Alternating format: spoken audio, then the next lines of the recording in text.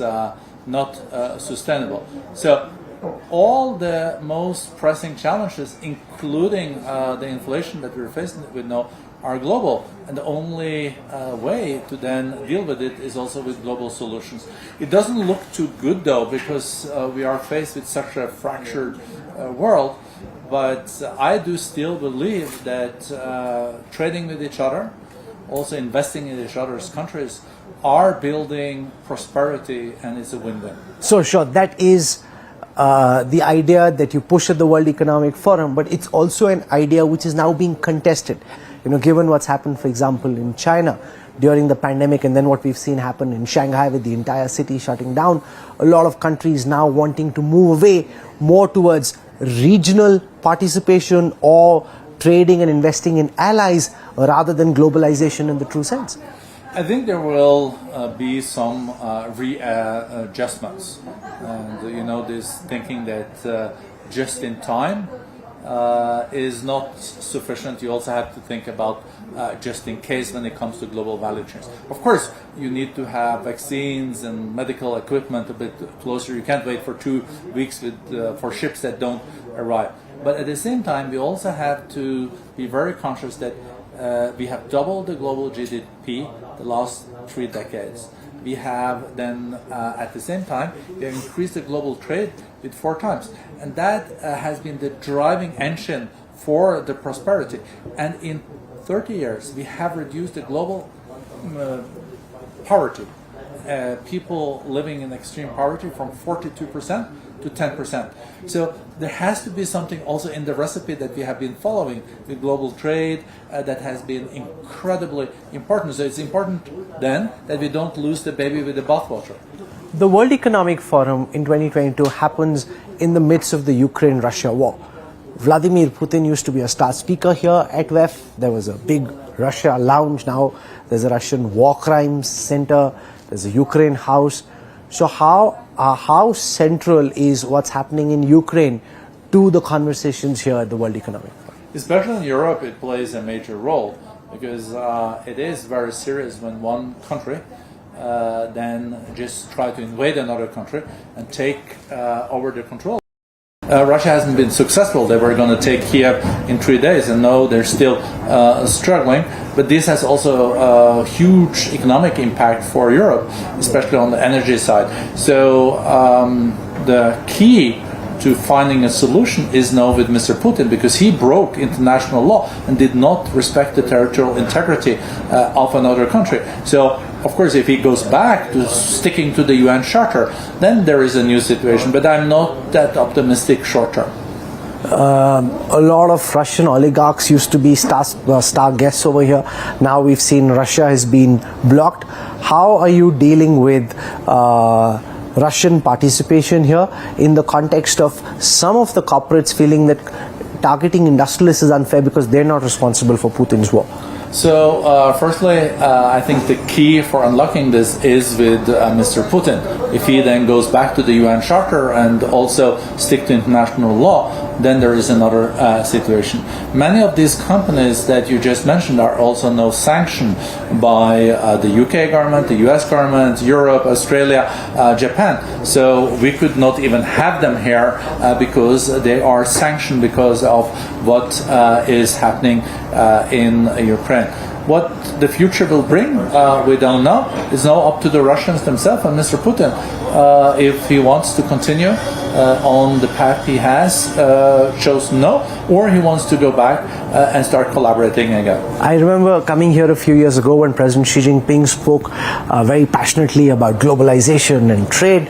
Now, given all that's happened, is WEF re-evaluating where China stands in the global conversation on account of what we've seen play out over the last couple of years? I think the important role of the World Economic Forum is still to be a platform where we bring also people together that don't necessarily look at things the same way. So we have room for China, we have room for India, we have room for also the US and many African countries and Latin Americans. The reason why we also took a clear stand on Russia is that they are breaking international law, and there is a war going on not very far from here. So that's a special case. But I do hope that in the years to come we will see increased collaboration again and not increased of a fractured world, because we're going to pay a high price for that. A fractured world will also lead to less prosperity, less trade will lead to less growth, and that means less jobs. One of the key themes at WEF this year is global resilience in food supply systems, in energy systems. What are the ideas that you're pushing, wanting world leaders to embrace so as to be able to build that global resilience? Because the last challenge was the pandemic, the current challenge is the war. Who knows what the next challenge will be? Exactly. We still have blind spots, I'm afraid. So we should be better at identifying potential blind spots in the future, and then we should build resilience. And I think resilience is really about an insurance that we then are introducing. We know that food prices have increased a lot, fertilizers doubled. We are also potentially seeing new pandemics around the corner. To invest now to avoid that these end up in new very critical situations is worth it. So the cost of inaction far exceeds the cost of action in many of these areas. In the estimates of the World Economic Forum, how far back will this war push the global economic recovery? There is a combination of several factors. The COVID situation now in China, second largest economy in the world, is potentially even exporting deflation. China has been a big demander for oil, gas, other minerals, and etc. COVID is still around and can also increase again. Then the war is also creating less of economic growth in Europe. Europe has to find alternative energy sources. So Europe is the largest market in the world, and if the largest market in the world starts growing slower, it will impact all of us. So I think we're lucky if we can go out of this year with 3% global growth, and hopefully we're able to also sustain global growth next year. For India, though, I'm a little bit more optimistic. I think India still can carry 7 to 8% economic growth this year. But India is also relying on the global markets and demand for its products. So if there is a recession, of course, that will also hit India quite significantly down the road. I read your piece in Business Today where you spoke of India emerging as a global innovation hub. Can you share some thoughts on how you see India in this post-pandemic world and the role that India could play in trying to boost global recovery?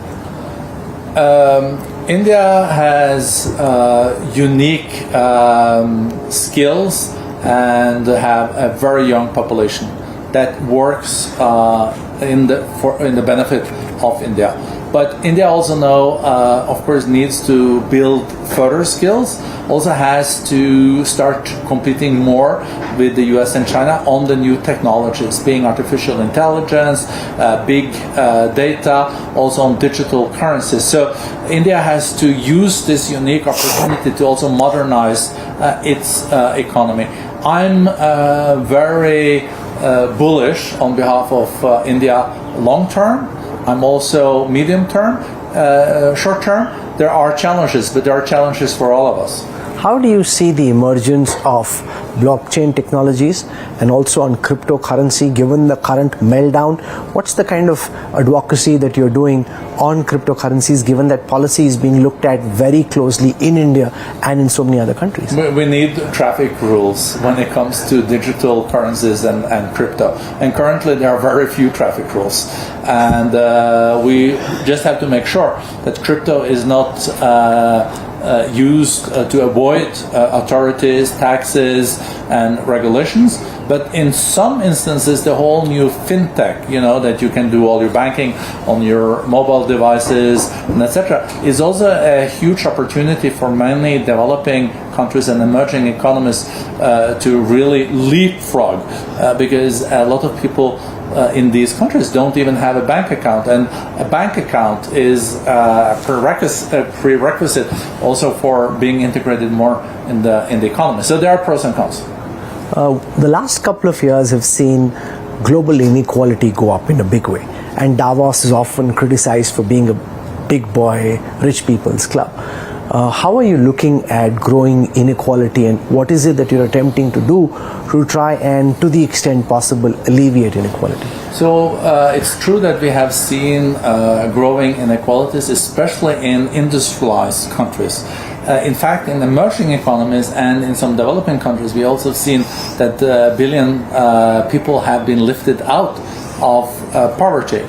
But in some developed countries, they have not been even willing to use the tools they have for redistribution of wealth. So if your economy is growing, part of it can also be redistributed by a use of taxes, but of course the taxes cannot be so high that it kills growth. So there is a tricky balance, but I think every country it's in its interest to create a very good educational system. If the kids are not able, also in the public schools, to learn how to write and also mathematics and all this, you will not be able to succeed in the fourth industrial revolution. So my advice to countries is to invest in infrastructure, invest in education, and also invest in gender equality, because in most countries 50% of the population, I think in all countries, are women, and they should be part of the workforce, of course. Okay, we've seen in Sri Lanka recently a complete economic meltdown attributed to a whole host of factors, including China's debt grip, also misplaced priorities on organic farming. So how are you viewing what's happened in Sri Lanka and your policy advocacy for trying to prevent this from happening elsewhere? It is very saddening to see the total meltdown and the Sri Lanka defaulting. I think Sri Lanka now has to look through what was major mistakes during the last years, and I think India can also play a very constructive role now, because Sri Lanka has to rebuild its economy. It's a middle-income country, so it's not a poor country, but they have mismanaged their economy and with devastating results. So a lot at stake now. They really have to get their act together. Well, it's always a pleasure to speak to you. Wish you a fantastic World Economic Forum. Borge Brende, thank you for your time. Thank you, sir. No, thank you. It's great to see you, and thank you for all your insightful questions. Thank you so much. Thank you. Fantastic. Thank you so much. Thank you. Hopefully, we didn't delay you too much. No, it was interesting. I had to sharpen my mind. Yes. No, you were fantastic. No, you were fantastic. I suddenly remembered. I don't know whether you actually